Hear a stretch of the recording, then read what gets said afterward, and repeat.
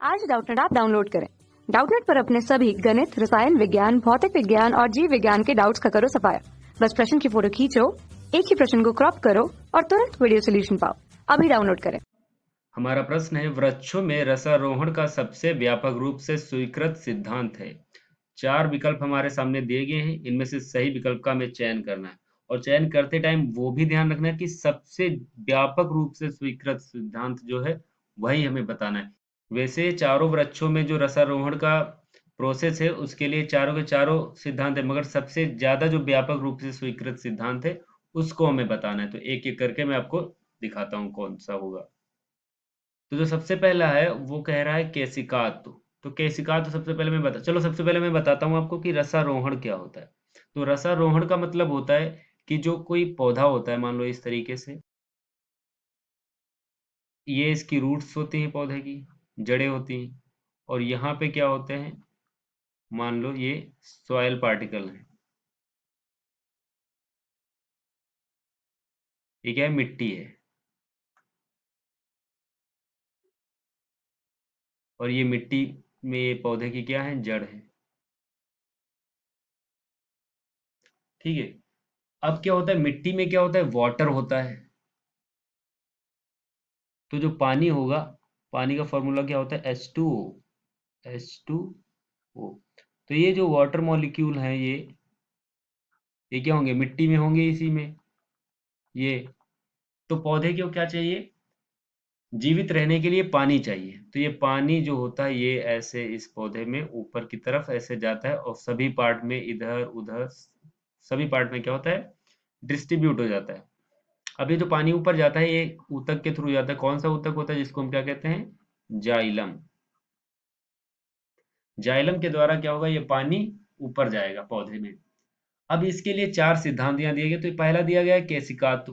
तो केसिकातु के थ्रू भी पानी ऊपर जाता है। केसिकातु का मतलब होता है कि कोई भी पतली एक चीज इस तरीके से, जिसका जो व्यास क्या हो, ये बहुत ही पतला, तो इसमें क्या हो, पानी ऊपर की तरफ ऐसे चढ़ेगा वो। तो इसको हम केसिकातु कहते हैं कि कोई भी आप पतली सी एक पाइप लो ग्लास की और उसको पानी में डालो, तो आप देखना उसमें पानी ऊपर की तरफ क्या होगा, चढ़ने लगेगा। तो इस प्रोसेस को हम क्या कहते हैं, केसिकातु कहते हैं। तो केसिकातु वैसे तो है, मगर और अगला देखते हैं ऑप्शन। दूसरा ऑप्शन है हमारा वायुमंडलीय दाब की भूमिका। अब वायुमंडलीय दाब क्या होता है, जो एटमॉस्फेरिक प्रेशर होता है, ये जो बाहर से, तो ये जो प्रेशर लगेगा इस पे इस तरीके से, जो हवा का दाब होगा, दाब हो गए, इनको क्या कहते हैं, हम वायुमंडलीय दाब कहते हैं, जो बाहर से इस पौधे पे लगेंगे, जिसके थ्रू क्या होगा, पानी ऊपर की तरफ जाएगा। तो इसका भी थोड़ा सा रोल रहता है, मगर ज्यादा कुछ ऐसा होता नहीं। अगला हमारा विकल्प है तीसरा, कि जीवित कोशिका की स्पंदन क्रिया। अब जीवित कोशिका की स्पंदन क्रिया से मतलब है, जैसे इस पौधे में क्या होंगी, इसकी जड़ों में इस तरीके की सेल होंगी, छोटी छोटी। तो कह रहा है स्पंदन की क्रिया, मतलब कि ये सेल, वैसे तो सेल होती हैं पास पास में होती है, तो थोड़ा बहुत तो इधर उधर मुड़ेंगी, हिलेंगी डुलेंगी, मगर ये इतना नहीं होंगी कि यहाँ वाली सेल जो है ये यहाँ से जाके यहाँ तक पहुंच जाए। ऐसा ये पॉसिबल नहीं कि यहाँ की सेल है, मान लो यहाँ से पानी लिया जमीन से इसने, और फिर उसके बाद यहाँ पानी ग्रहण किया, उसके बाद ये जाके यहाँ तक पानी पहुंचा दे। तो ये पॉसिबल नहीं है। ये ज्यादा से ज्यादा एक सेल से दूसरी, मान लो ये सेल है, अब इसको मान लो पानी मिला बाहर से, यहाँ से H2O मिला, तो ये सेल ज्यादा से ज्यादा क्या कर सकती है, ये वाला पानी जो इसकी पड़ोसी वाली सेल है इसको ट्रांसफर कर सकती है। मगर क्या, तो यहाँ से लेके यहाँ तक ट्रांसफर कर दे, एक सेल है, तो यहाँ तक इस कोशिका में नहीं कर पाएगी।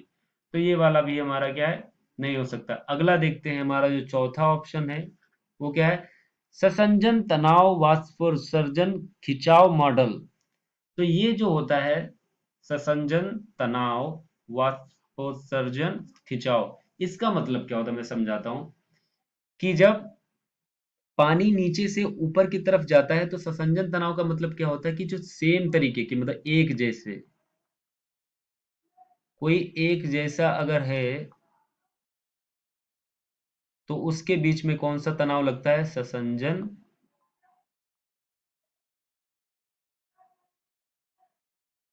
तनाव। अब इस ससंजन तनाव का मतलब क्या है कि जो पानी के, मान लो इस तरीके से ये जो मॉलिक्यूल होते हैं, अब ससंजन तनाव का इनके बीच में क्या होगा, अट्रैक्शन होगा जो इस तरीके से। आप कभी भी देखना, मान लो आपने ग्लास से अगर पानी, आपके पास मान लो ग्लास है ये, आप पानी को ऐसे डाल देना जमीन पे। अब ये जो पानी यहाँ पे गिरेगा, आप देखना इस तरीके से, इस पे अगर एक फिंगर आप मार के इधर की तरफ कर दोगे तो सारा का सारा पानी इधर को बह जाएगा। अगर आप अपनी उंगली से इधर को अगर पानी को उंगली से कर दोगे तो सारा का सारा पानी क्या इधर को चला है। क्योंकि अगर आपने इधर को कर दिया तो एक मॉलिक्यूल इधर को अगर चला तो बाकी के सारे मॉलिक्यूल क्या होंगे, उसी से अटैच होके इधर को ही बहना स्टार्ट हो जाएंगे। तो इसको हम क्या कहते हैं, ससंजन तनाव। यानी कि एक जैसे अगर कोई है तो उनमें क्या हो, अगर वो आपस में क्या संपर्क रखते हैं, अट्रैक्ट करते हैं, तो उनको हम क्या कहते हैं, ससंजन तनाव कहते हैं। अब वाष्पोत्सर्जन क्या होता है कि पानी का जो एक्स्ट्रा पानी का लॉस होता है, ऊपर से जो पत्ती होती है पौधे की, मान लो ये पत्ती है, तो इससे जो पानी क्या होता है, वेस्ट हो जाता है, बाहर निकल जाता है गैस की फॉर्म में। गैस कह लो या फिर हम क्या कहते हैं, वेपर कहते हैं। तो इन दो फॉर्म में जब पानी क्या होता है, पत्तियों से पौधे के निकल जाता है वाटर, तो उसको हम क्या कहते हैं, वाष्पोत्सर्जन कहते हैं, क्योंकि पानी जड़ से जाता है और ऊपर पौधे की पत्तियों से निकल जाता है। तो ये वाला जो सबसे ज्यादा व्यापक रूप से स्वीकृत सिद्धांत है, किसके लिए, वृक्षों में रसारोहण के लिए, वो कौन सा है हमारा, ससंजन तनाव वाष्पोत्सर्जन मॉडल। ये वाला जो है सबसे ज्यादा वैसे हैं तो सारे ऊपर के तीनों ये भी हैं, मगर जो सबसे ज्यादा व्यापक रूप से एक्सेप्ट किया जाता है वो कौन सा है, ये वाला चौथा ऑप्शन हमारा।